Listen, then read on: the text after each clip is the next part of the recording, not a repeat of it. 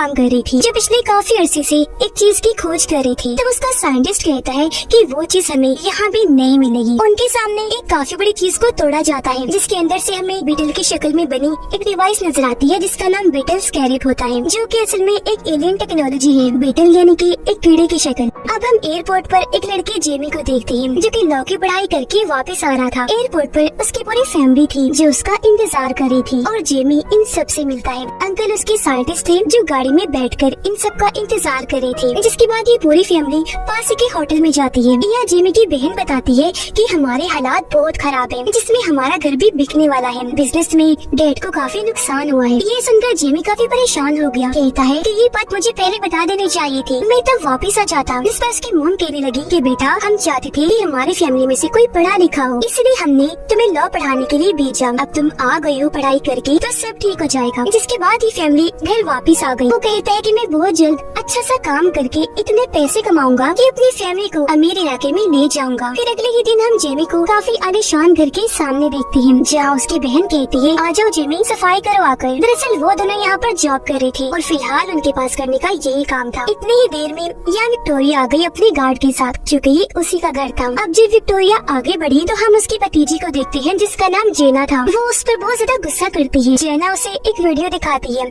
जिसमें विक्टोरिया ने एक हाईटेक डिवाइस बनाई थी। उस डिवाइस को जब किसी इंसान में लगाया जाता है तो वो इंसान बहुत ताकतवर सोल्जर बन जाता है। इतना ताकतवर कि वो सोल्जर अकेला ही पूरी आर्मी पर भारी पड़ सकता है और एक हथियार की तरह काम कर सकता है। जेना बताती है कि इस प्रोजेक्ट की वजह से मैं भड़की हुई हूँ क्योंकि इस पर तुम्हारा काम काफी आगे बढ़ चुका है। हालांकि हमने सालों पहले ये प्रोजेक्ट बंद कर दिया था और इसे रोकने का फैसला मेरे डैड का था, क्योंकि इस डिवाइस की मदद से इंसान हथियार जैसा बन जाएगा, दुनिया को तबाह कर देगा। मेरे डैड तबाहकुन इंसान बनाना नहीं चाहते थे, तो फिर आप दोबारा क्यों इस टेक्नोलॉजी को इस्तेमाल में ला रही हैं? इस पर विक्टोरिया भी गुस्सा हो जाती है। कहती है कि तुम्हारे डैड के बाद मैंने इस कंपनी को चलाया, तुम्हारा इस कंपनी में बस हिस्सा ही है। इसे कैसे चलाना है ये मेरा काम है, मैं ही बेहतर जानती हूँ। मैं नहीं चाहती कि तुम या तुम्हारी माँ मेरी इस काम में दखल दो। तभी यहाँ जेमी आ गया जो उनकी बहस में बोल पड़ता है। अब ये चीज विक्टोरिया को पसंद नहीं आती। एक नौकर हमारी बात में घुस आया, इसीलिए वो जेमी और उसकी बहन को नौकरी से निकाल देती है। वो दोनों बहन भाई घर से बाहर आकर जब गाड़ी का इंतजार करने लगे तो उनके पास जेना आती है। वो जेमी को कहती है कि माफ करना, मेरी वजह से तुम्हारी नौकरी चली गई। कल ऑफिस आओ, मैं तुम्हें कोई छोटी मोटी नौकरी दिलवा दूंगी। जो कहकर वो यहाँ से चली गई। रात के वक्त जेमी अपने डैड से बातें करता है और उन्हें बताने लगा कि मैं आपके बिजनेस में होने वाले नुकसान की वजह से बहुत परेशान हूँ। इस पर उसके डैड कहते हैं कोई बात नहीं बेटा, ऐसा तो होता रहता है, सबसे जरूरी होता है अपनों का साथ। तुम वापस आ गई हो तो इस चीज की हमें बहुत खुशी है। ये सुनकर जेमी को तसल्ली हुई और वो भी खुश हो जाता है। अगले ही दिन वो अच्छे से तैयार होकर उनकी इंडस्ट्री में पहुंचा और जब उसने जेना के बारे में पूछा तो उसे कहा जाता है कि इंतजार करे। ऊपर साइंटिस्ट जब किसी काम से जा रहा था तो जेना चुपके से उसका कार्ड चुराकर उसके लैब में आ जाती है जहाँ उसे बीटल स्कैरेब मिल जाता है। साइंटिस्ट दरअसल बीटल स्कैरेब का जो कोर है यानी मेन हिस्सा उसे निकाल कर सूट में डालने वाला था ताकि इसकी सारी ताकतें सूट में चली जाए। तब जेना उस स्कैरेब को एक बॉक्स में डालकर चुपके से लैब से बाहर निकल जाती है और जब वो नीचे आई तो जेमी उसके पास आ जाता है। जेना उसे कहती है अभी मैं जल्दी में हूँ, बाद में मिलते हैं हम। अब तभी यहाँ सिक्योरिटी अलार्म बज जाता है। जेना वो बॉक्स जिसमें बीटल स्कैरेब था वो जेमी को देते हुए कहती है कि इसे अपने पास रखो, तुमने इसे खोलना नहीं और अपनी जान से भी ज्यादा हिफाजत करनी है। जो कहकर वो जेमी को यहाँ से भेज देती है और खुद गार्ड के साथ आगे बढ़ गई। घर आकर जेमी अपने घर वालों को सब बताता है जो उसके साथ हुआ और उन्हें वो बॉक्स दिखाता है जिस पर उसकी फैमिली काफी कंफ्यूज थी और वो जेमी को बॉक्स को खोलने का कहती है। उनकी बात मानकर जेमी ने बॉक्स भी खोल दिया जिसके अंदर से उन्हें बीटल स्कैरेब मिलता है जिसे जेमी बड़े गौर से देखने लगा। जब उसने हाथ में लिया तो स्कैरेब चमकने लगा और अचानक ही ऑन होकर जेमी के मुंह पर चिपक जाता है, जो देखकर सारे घर वाले काफी डर गए। जिसके साथ जेमी का जिस्म अचानक से खौफनाक तरीके से बदलने लगा। उसके जिस्म पर सूर चढ़ना शुरू हो जाता है और अब वो बन जाता है ब्लू बीटल, जो इस मूवी का नाम भी है। और अब पूरी तरह सूट जेमी को कवर कर लेता है जिसकी फौरन बाद सूट के अंदर से उसके असिस्टेंट की आवाज आने लगती है जो दरअसल एक टेक्नोलॉजी है। वो कहती है कि जेमी ब्लू बीटल बनने के लिए मैंने ही तुम्हें चुना है और अब तुम तैयार हो जाओ मेरी ताकतें देखने के लिए। जो कहकर जोर से जेमी को उड़ाकर वो आसमान पर ले जाती है। भी एकदम से वापस जमीन पर ले आई, जहाँ जेमी यानी ब्लू बीटल के सामने एक बस आ रही थी। यह असिस्टेंट ने इस सूट की ताकतों को और बढ़ा दिया। वो अपनी फुल ताकत से एक्टिवेट हुआ, जिससे टकराने की वजह से बस के 2 टुकड़े हो जाते हैं। यह असिस्टेंट जेमी को समझाती है कि ब्लू बीटल सूट को कैसे इस्तेमाल करना है। जो सब बताने के बाद वो उसे घर ले आई। तब तक जेमी के जिस्म से वो सूट गायब हो चुका था। उसके जिस्म पर अब कोई कपड़े नहीं थे और क्योंकि इस सब में वो काफी थक गया था, इसीलिए वही बेहोश हो जाता है। काफी घंटों के बाद जब उसे होश आई तो वो बिल्कुल ठीक था। उसे अपने पीछे जब अजीब सा महसूस हुआ तो उसने अपनी कमर चेक की, जहाँ बीटल स्कैरिब उसके पेट के साथ चिपक गया था। ये देखकर वो काफी घबरा गया। कहता है कि मैं इस बारे में जेना से बात करूंगा। जो बोलकर वो घर से निकल गया। थोड़ी देर बाद वो जेना को इंडस्ट्री से बाहर भागता हुआ देखता है, जहाँ उसके पीछे कुछ लोग पड़े हुए थे। जेमी जल्दी से उसे गाड़ी में बिठा लेता है, लेकिन जो लोग पीछे पड़े हुए थे वो उनकी गाड़ी पर गोलियां चलाने लगे। उनसे बचने के लिए जेमी गाड़ी तेज भगाने लगता है और अब ये अपने घर की तरफ जाने लगा। घर आकर दोनों सबसे मिलते हैं।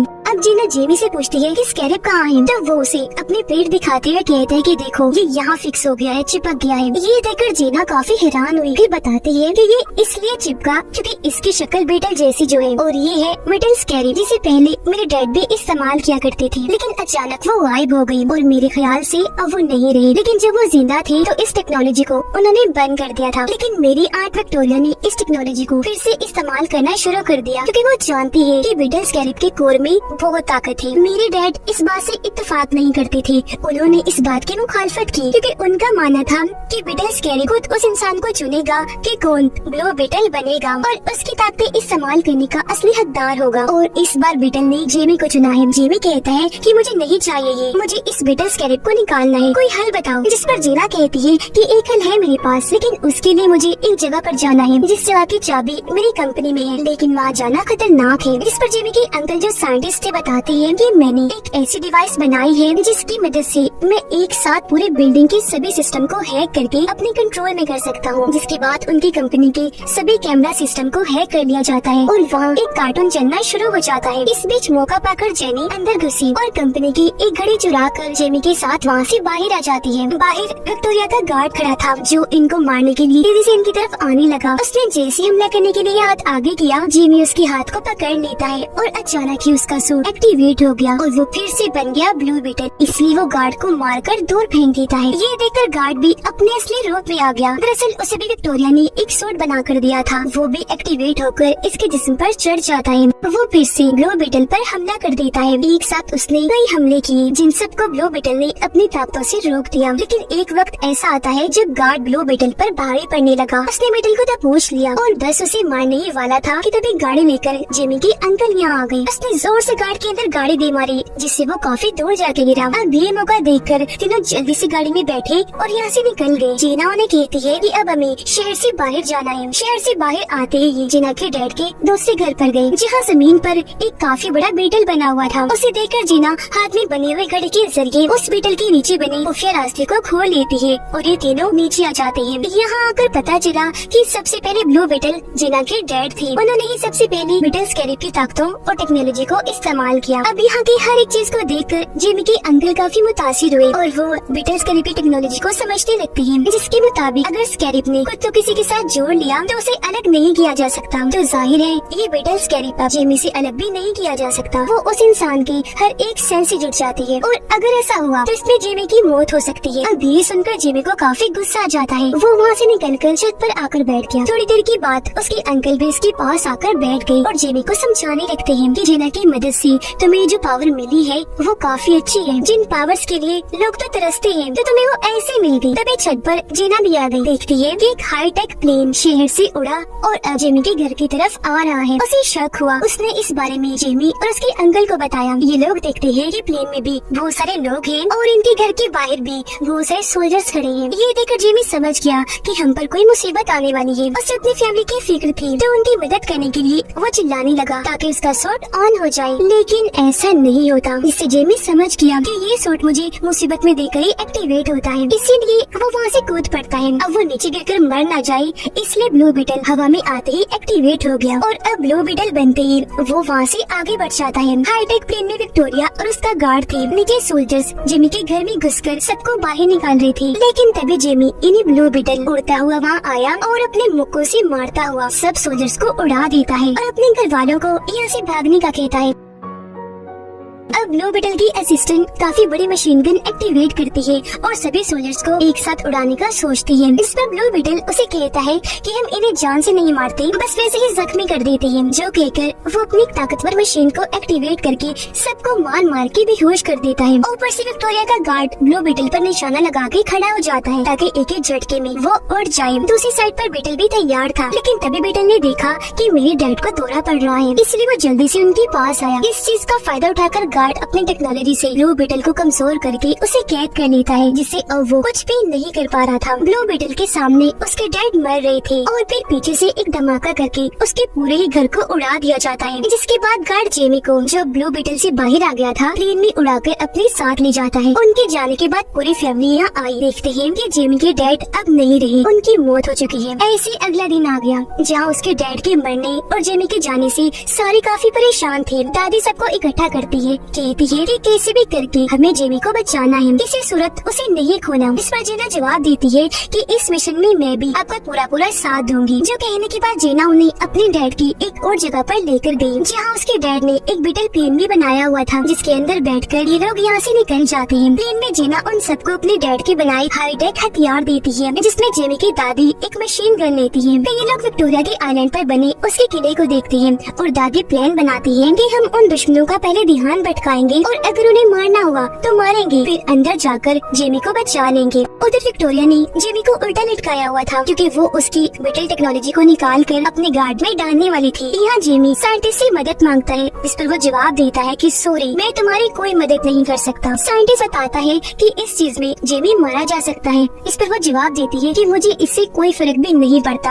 अब इतनी ही देर में बाहर बीटल प्लेन से किले पर हमला कर दिया जाता है। तभी जेमी की अंकल उसे नीचे उतारकर दोबारा से शुरू कर देती है, जिससे अब वो इतना ताकत से उन पर हमला करता है कि ऊपर चढ़ने लगा। उसके पैर निकल आए थे, जिसके नीचे वो सब गार्ड को कुचलता गया और बाद में गैस छोड़कर सबको बेहोश कर देता है। अब ये लोग अंदर आ गए, जहाँ जेना लैब का रास्ता ढूंढकर उसी तरफ बढ़ने लगे। इनके सामने बहुत बड़ी कोर जैसी मशीन आ जाती है और ये वही मशीन है जिसके जरिए ब्लू बीटल की ताकतें टेक्नोलॉजी को निकालकर गार्ड के अंदर भेजा जा रहा था। प्रोसेस शुरू हो गया, जिससे ताकतें जाने की वजह से जेमी तड़पने लगा और वो अपने ही दिमाग में कुछ सोचते हुए एक अलग ही दुनिया में चला जाता है, जहाँ उसे अपने डैड नजर आए। जब जेमी उन्हें देखता है तो काफी जज्बाती हो गया, लेकिन जेना और जेमी की बहन उस पूरे कोर पर बॉम्ब लगा देती है जहाँ ये ट्रांसफर का काम हो रहा था। अब ये ताकतें जाने का असर जेमी और उसके डैड दोनों महसूस कर रहे थे। उसके डैड कहते हैं, बेटा तुम्हारा दुनिया में अभी भी काम बाकी है, असली दुनिया में तुम्हें सबको बचाना है। मेरा काम यही तक था, इसलिए मैं तुमसे दूर हो गया और अब बेटा मैं तुम्हें आगे बढ़ते हुए देखना चाहता हूँ। ये कहकर वो उसे ब्लू बीटल वाला सूट दिखाती है और कहने लगे, बेटा तुम इसकी ताकतें इस्तेमाल करना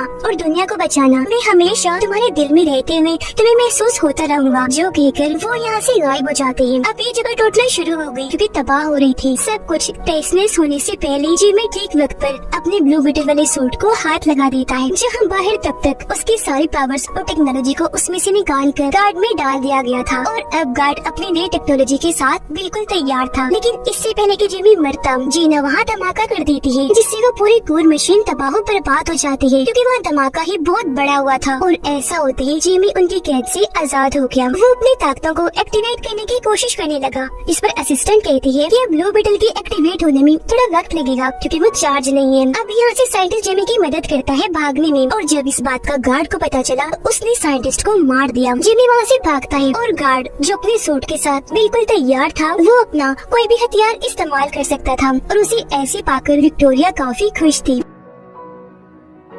जेमी भाग रहा था और क्योंकि उसके सूट में अभी एनर्जी कम थी, इसलिए बहुत सारे गार्ड्स उसे मारने के लिए आते हैं। तब ठीक मौके पर यहाँ दादी मशीन गन लेकर आ जाती है और सब गार्ड्स को उड़ाकर जेमी को बचा देती है। ये दोबारा से भागने लगे और जो भी रास्ते में आ रहा था, दादी मशीन गन से सबको मारती जा रही थी। उधर जीना को विक्टोरिया ने पकड़ लिया था और वो उसे अपने साथ ले गई। जेमी की बहन शील्ड और पंचेस इन्हें मुक्कों वाली टेक्नोलॉजी को इस्तेमाल करके गार्ड से लड़ रही होती है। और अब जेमी पर ब्लू बीटल सूट भी एक्टिवेट हो जाता है क्योंकि वो भी अब चार्ज हो चुका था। इसीलिए वो सभी गार्ड से भिड़ जाता है और उन पर हमला करके काफी बुरा मारता है। लेकिन तभी यहाँ गार्ड अपना सूट पहने आया और ब्लू बीटल पर हमला कर देता है। वो उसे उड़ाकर हवा में ले गया और अभी दोनों वहाँ एक दूसरे को मारने लगे। पहले तो दोनों ही एक दूसरे पर भारी पड़ रहे थे, लेकिन फिर गार्ड ब्लू बीटल को बहुत मारता है, जिसके बाद दोनों लड़ते लड़ते फिर से किले में आ गए और यहाँ एक दूसरे को जबरदस्त टक्कर दे रही थी। अब यहाँ जेमी के अंकल गार्ड के सर पर वार करते हैं, जिससे वो जवाब में उसके अंकल के पास धमाका करता है और वो काफी जख्मी हो गई। ये देखकर ब्लू बीटल को काफी गुस्सा आया और अब वो अपनी पूरी पावर्स का इस्तेमाल करके गार्ड पर हमला कर देता है और उसके अंदर से तेज रोशनियां निकलने लगी। उधर विक्टोरिया जेना को बताती है कि मैंने ब्लू बीटल की कोड को अपने मोबाइल में डाउनलोड कर लिया है, जिसकी मदद से अब मैं